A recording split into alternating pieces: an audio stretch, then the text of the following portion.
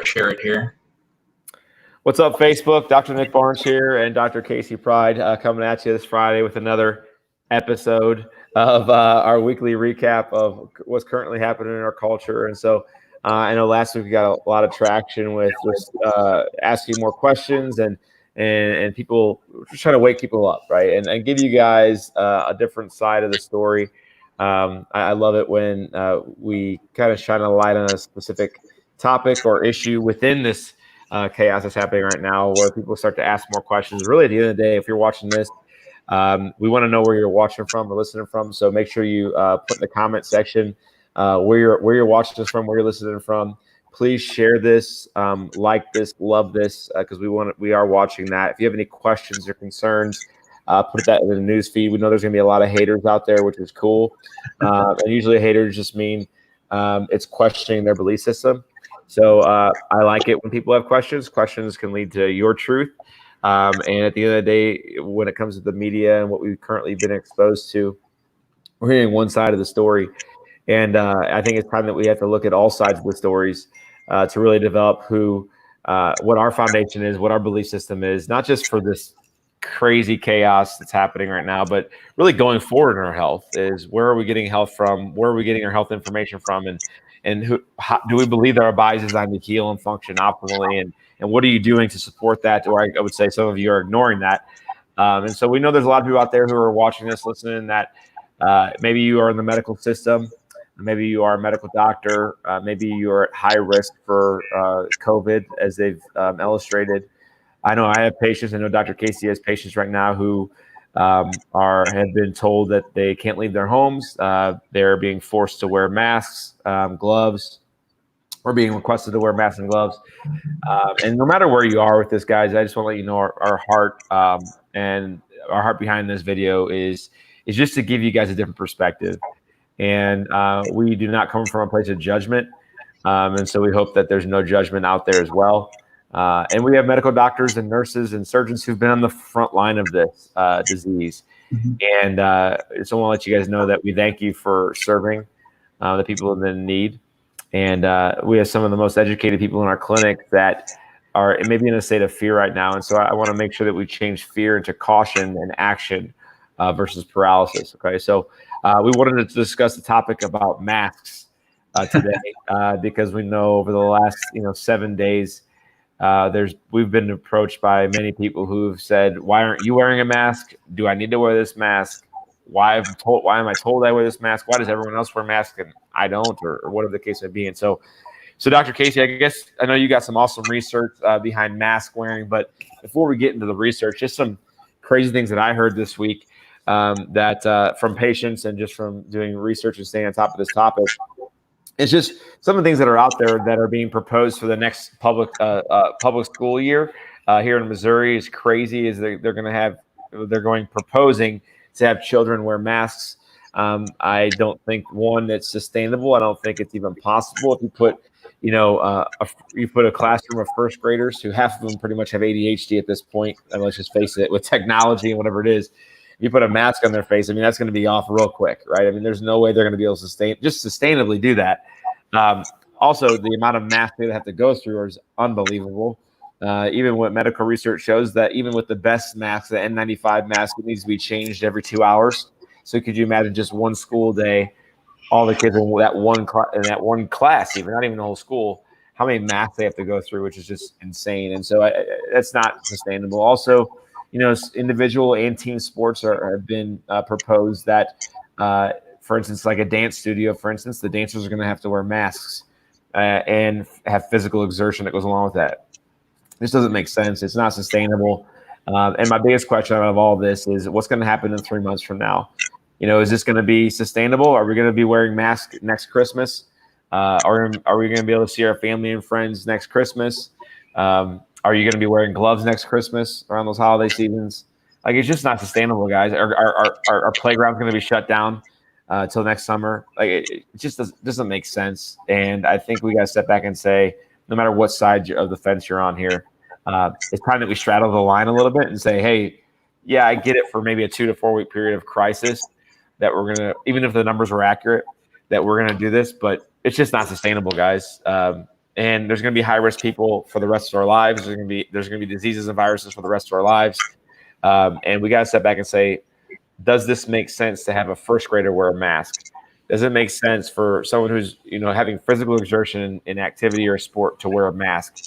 It just doesn't make sense, and I think the science proves that, right? I mean, the problem is we're in a fear-driven culture, and I think we got to start to change that.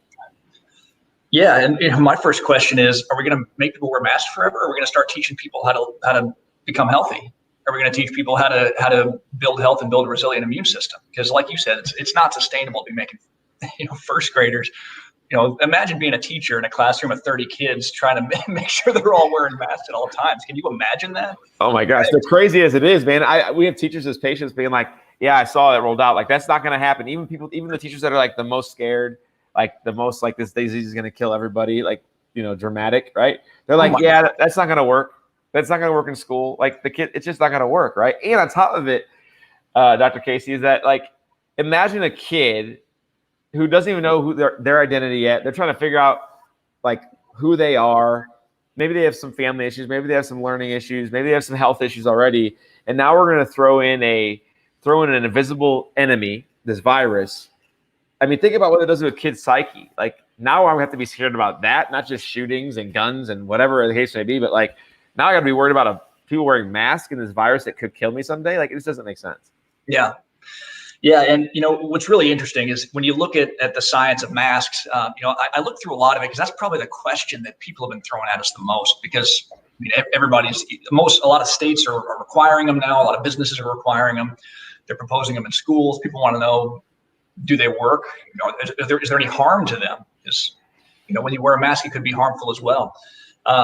And there's some really good studies. There was a recent careful examination of literature where they analyzed 17 of the best studies around. And they concluded that none of the studies established a conclusive relationship between mask and respirator use and protection against influenza infection. Now, I know I said influenza and not coronavirus.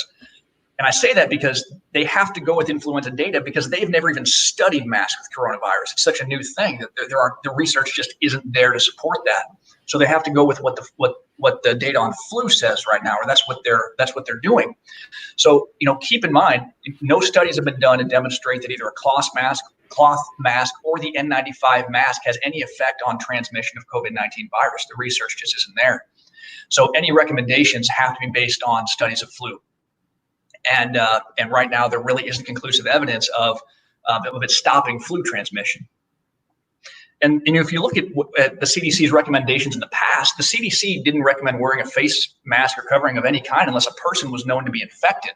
For example, like TB, people would wear a mask. They wouldn't make the entire community of non-infected people wear a mask. So the recommendations by the CDC and WHO right now really aren't based on studies of this virus. And masks have never really been used to contain any other pandemic or epidemic in history. And then cloth masks never been studied. So when it comes to this, I'm not a fan of these mandates, man. I mean, if you're going to mandate that everybody wear something, you better have a darn good reason for it. And there just doesn't appear to be evidence there. Now, if people want to choose to wear masks, like you said, if they're around sick people or if they're worried they may have the virus or whatever, if it just makes them more comfortable to wear it, by all means, it's a free country. Well, for now. Yeah, right.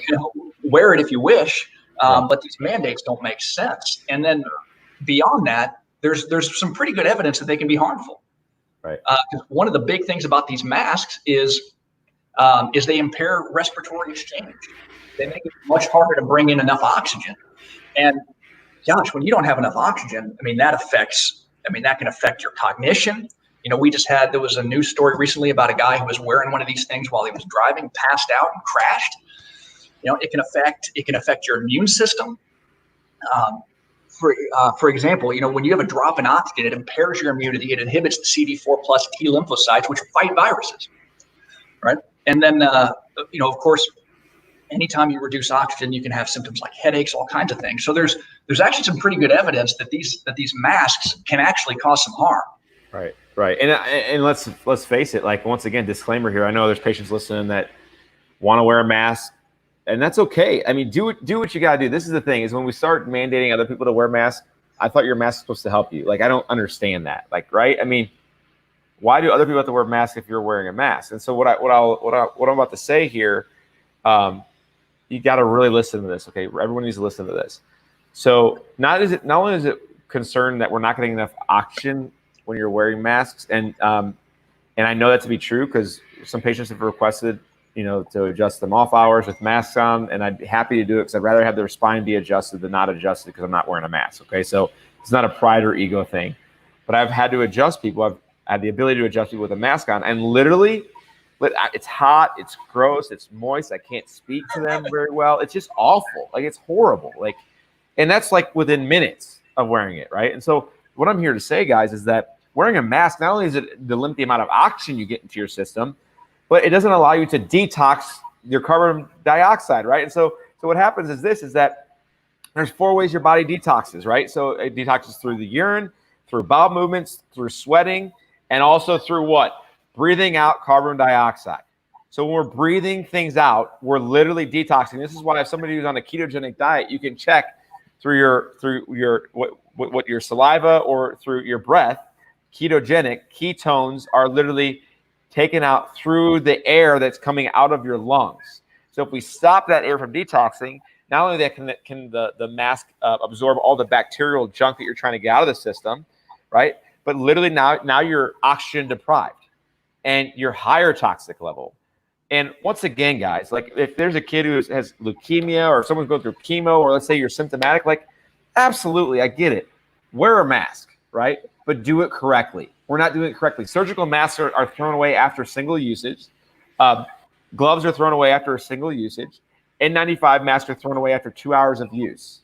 I was driving around today and I saw a mask hanging from somebody's rearview mirror. I'm like, one, it's not cool, right? Of course, it's not cool. And then 2, I mean, windows down. What's it getting, right? Come on, it's getting all contaminated. Like, I don't even understand. Like, we've lost all logic in some nurses because there's been a shortage of masks. Some nurses are being taught at local hospitals to use the mask for 3 days at a time. And by the second or third day, it's disintegrating. I have nurses that have said that here in St. Louis. My mask is literally disintegrating by the third day. It's not effective. And the science proves it. But the average population, the average person in the population is going to the store with a mask on, you name it, whether it's a sock on their face, whether it's a cloth, like it's just not, this doesn't make sense. And the science is proving it. And the CDC once said on their website, literally it used to say on their website that healthy people should not wear masks.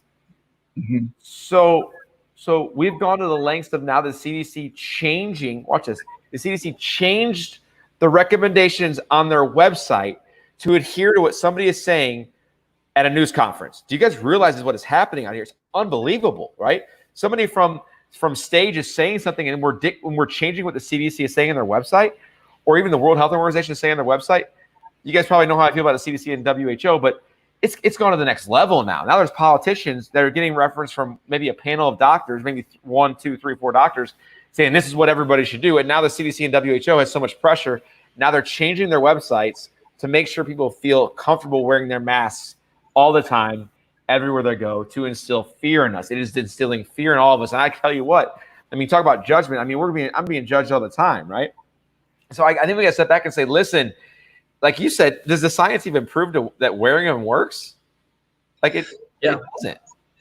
Yeah, and there's this sort of illusion of consensus, where it's like, well, all the scientists agree that everyone needs to be wearing masks. Maybe the loudest voices right now agree. Maybe the voices with the most attention agree. But holy cow, I mean, I've had dozens of doctors, nurses, people reach out to me over the last week or so. There is not a consensus on this. There's the illusion of it, but there is a lot of disagreement on this. And it's really important that you really study up on it before you just blindly follow a recommendation, as you would with anything when it comes to your health. Right. Yeah. And I think that's, at the end of the day, I mean, like, as we approach this topic, people are going to be offended. People are going to be like, I can't believe this. I can't believe you guys are talking about this. But guys, we're just entering this into a real conversation. Like, this is a conversation I would have with you over a glass of wine at a nice dinner. Like, literally, like, I'm trying to talk to you guys on Facebook and across the country here, like family and friends. Like, I have no agenda here. You can wear your mask if you want. Like, I really don't care what you do. But at the end of the day, when the judgment starts to set in, that's when I start to get a little PO'd, I guess, if you want to call it, right? When my kids have to fear fear the society because they don't understand why people are wearing masks. When they have to see caution tape around their playgrounds, when they don't know this, but if they were to have to go to school wearing a mask, are you kidding me? That's when I can't stand it anymore, right? Because at the end of the day, if you know anything about diseases and viruses and herd immunity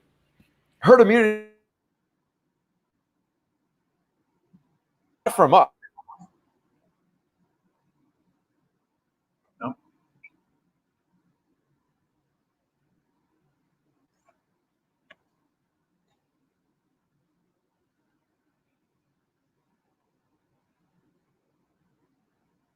At risk here, and who's wearing a mask, who's not wearing a mask, and at the end of the day, listen, I want the best for you and your family, but I also want you to be educated in the decisions that you make.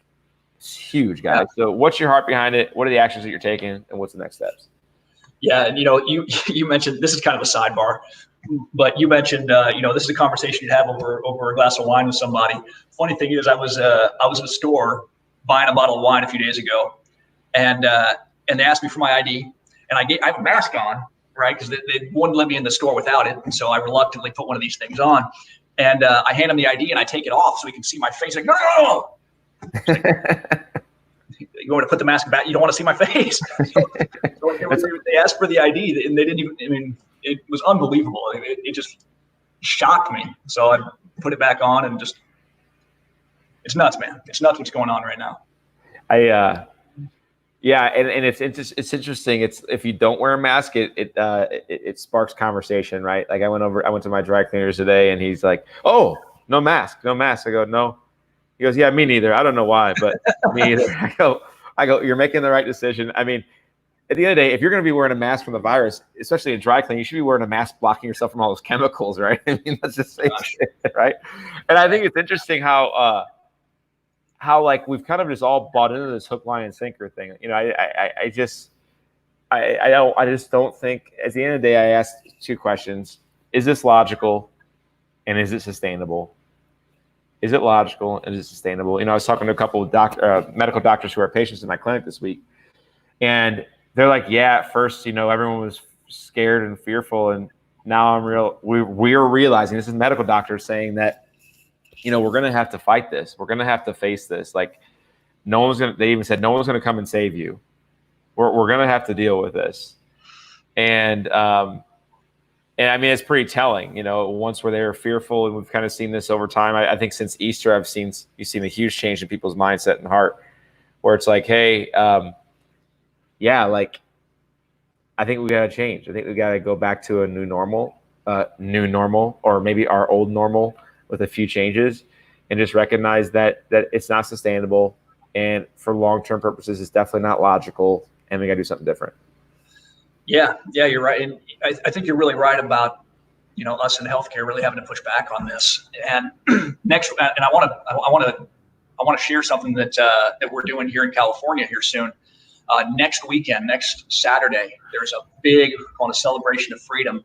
We're going to the capital, Sacramento, California, and Billy DeMoss is trying to rally as many chiropractors from around the country to come to Sacramento next Saturday, May 23rd, and really make your voice heard on these issues. So important. And if you're a chiropractor, or if this is important to you, come to Sacramento next weekend. And because very often what goes into place in California, the rest of the country ends up following suit. So we need you. Yeah. If you can be here next weekend, May 23rd, Sacramento, to make your voice heard on this, holy cow, come. Yeah. Come say hello. We'll be there. Absolutely. Whole team's going.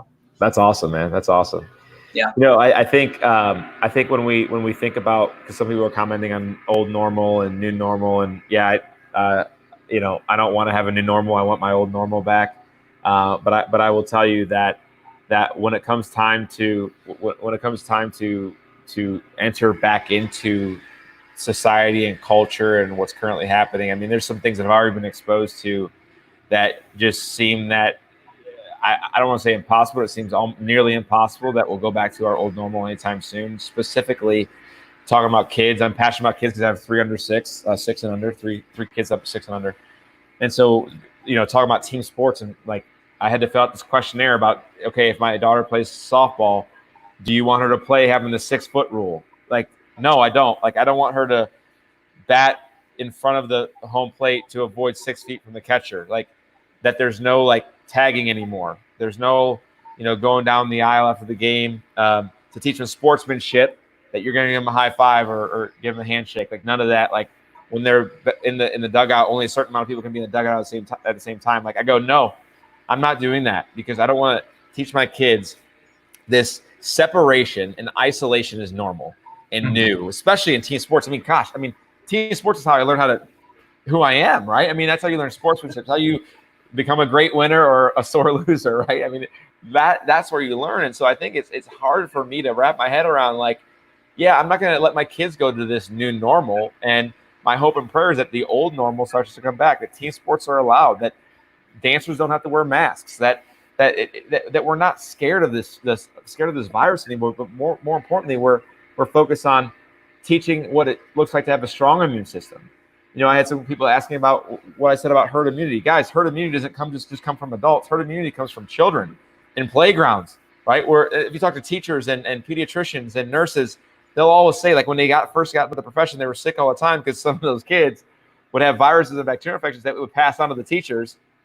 And what happened is that those teachers became immune to those sicknesses and diseases. If you're a parent, it's almost like living with a couple petri dishes in your house, right? And so you're going to get a little bit of that virus, and eventually it's going to strengthen your immune system. So children are a huge component in building herd immunity, right?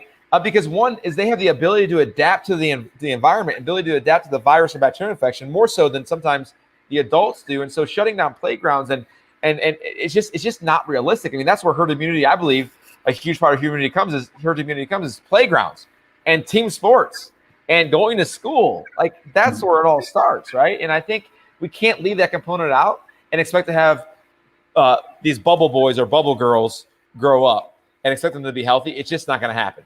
Because a 25-year-old that's worn a mask for 15 years, there's no way they can fight any virus. There's no way they're going to fight any infection. Because why? They've never been exposed to it. The only way they can be to fight any virus and bacterial infection on the health promotion side of things is exposure. We have to have exposure. That's life. We have to be exposed to certain circumstances, certain stressors. To what? Adapt to it. We have to adapt to it. And so if we're going to we're already helicopter parents, for goodness sakes, just because we're messed up, right? I'm a helicopter parent sometimes. I agree, but at least we see what helicopter parents over. Like, okay, if someone's going to jump off the edge of a chair when they shouldn't jump off a chair, we can save them. But I'm not going to be like, oh, we got to protect them from all these viruses. No, let them live through it, man. And guess what? Your job as a parent or a teenager or a young adult or a grandparent, I'll throw you in there too, because you have responsibility too, is to help their immune system. To not feed them crap. To not put them in front of a phone for hours on end, right? To get them to have proper sleep at night. To get them to a chiropractor. Get them supplementing healthy nutrients and minerals. That's our job. Let their body do the rest. Their body's designed to heal. And so if we think our kids are going to die from this virus, it's not real, guys. It's not real unless it's a pre-existing condition or they have cancer or something drastic. But 99.3% of the population needs to face this. And the kids have to now, because it's going to be easier now for them to get over it before they become adults. We just lost all of that, man. Lost all of that. It's crazy. Yeah, I mean, the way I look at it, we can either approach this from a place of fear and victimhood, or we can approach from a place of responsibility. Yep. If we're gonna be in this victim camp where we're just gonna hide and we're gonna stay clean and we're gonna distance, that's no way to live. What I would much rather do is give people freedom to choose how they're going to live. If you want to hide, if you want to shelter, if you want to wear a mask, if you want to, whatever your process is, if you want to do that, do that. Yeah. But for the rest of us, I'm going to take responsibility for my health. I'm going to take responsibility for the resilience of my immune system. I'm going to eat well. I'm going to exercise. I'm going to get out in the sun. I'm going to breathe fresh air. I'm going to get adjusted. I'm going to do all those things that support my healing ability. And I'm going to go outside and I'm not going to wear a mask. And that's I'm going to choose to take responsibility. I'm not a victim. Disease isn't something that happens to me. It's something that I get to be responsible for, and I get to take care of myself. Yeah, that's my approach. That's my approach when there's not a pandemic. That's right. That's right. Don't wait till there's a virus going around to begin to ask good questions about how you can get healthy. Yeah. You know, it's a daily practice. It's not oh gosh, there's a virus going around. Now I better start eating healthy. Yeah. It's something that you gotta be, it's gotta be part of your lifestyle. It's gotta be how you live. So, well, I think like there's power in that. A lot of people think we're going after them right now. I'm not going after you. Like, wear a mask if you want, but don't eat crap. Like, wear a mask, but like, don't drink soda. Like, what are you doing? Like, you can't just avoid things to be healthy. If you're going to wear a mask, you better be doing it all, right? So for patients out there who want and choose to wear masks, like, do what makes you feel most comfortable. Okay. Listen, I support you in any decision you make always, but I'm also going to support you in making the right decision for your health. Yeah. And that will always be the case. No matter what choices that your patients make, Dr. Casey, my patients make, so that we're in your corner, regardless of your decisions that you make. But most importantly, are we taking responsibility for the outcome? Are we taking responsibility for the results? Good or bad? Good or bad? We got to take responsibility, right? And at the end of the day, ask the questions I asked earlier. Like, is it logical, and is it sustainable? And if you can't check both boxes on both of those questions, then you shouldn't be doing it. It just doesn't make sense, right? And it's okay. And what's amazing, it's okay to change. Like, if you've been fearful and you had to wear a mask and gloves, like, this is the first time ever hearing that it's probably not good for you, and gloves actually harm the population. I'll say it again, gloves can actually harm the population. And you're just hearing this and you're like, wow, light bulb's going off. Like, just because you had one stance doesn't mean you can't have a new one. Yeah. With new information. And there's power in that. And you guys, it's all around. And I get going with the norm, going with what everyone's doing, the common, the normal thing to do is the most popular option. But I will tell you, the most popular option in our country for years now, when it comes to healthcare, has never yielded the best results. I will tell you that. It's never yielded the best results. And so even today, when I was at the grocery store and I was seeing everyone, all the workers there, thank God for them, because we need food, right? So if you're in the grocery store department, thank you for doing what you do. But for the person that was checking me out, I looked at all the checkers; they all had gloves on, and I was just thinking, I was like, I hope they change their gloves after that next person's order, if they really want those to work. But no, they didn't. So there's 10 people in front of me. It's the same pair of gloves. I touch the stuff. The next person touches the stuff. Next person touches their items, and they just touch all the items. Mm-hmm. And so what are we taking home? If you're really thinking about germs, what are you taking home to your home after somebody has worn gloves for the last 50 customers? Like, it just, if you're really worried about germs. Now, I thought it was good. I was like, cool, this is going to help my immune system. Exposure is going to help me and my kids. But what are you really taking home if we're wearing gloves? It's actually safer for people to not wear gloves and actually wash their hands. I know that sounds weird, but it's safer. Yeah. Yeah, I love what you say, man. Like, is it logical? Is it sustainable? That's the question you should be asking. And yeah, as information changes, we change. You know, there's nothing. I mean, if you've been wearing a mask and gloves this entire time, and now this is a light bulb for you, like you said, man, look, as information changes, we change what we do. You know, I mean, gosh, initially they were saying how many millions of people were going to die for this virus. Well, now it's in the thousands. Now it's, it's constantly been going down. And of course, our policy should change as a result. It's not good, bad, right, or wrong. It's just we're getting better information now, and now we get to change how we do things. Yeah. So no shame in that. Yeah. So guys, I know we went off a little bit, which is good. I think you guys got to hear our hearts. And once again, just so you guys know, like, we want to meet you where you are. Do what you want to do. You have freedom right now. You have responsibility that comes along with that. And if you're our patients, we support you with any decision that you make, as long as you hear both sides of the truth. And we love you guys. We care about you. Please share this with everybody you love and care about. Keep pushing in. We're going to start doing these on a weekly basis, hopefully. Dr. Casey, I think that'd be great. Yeah.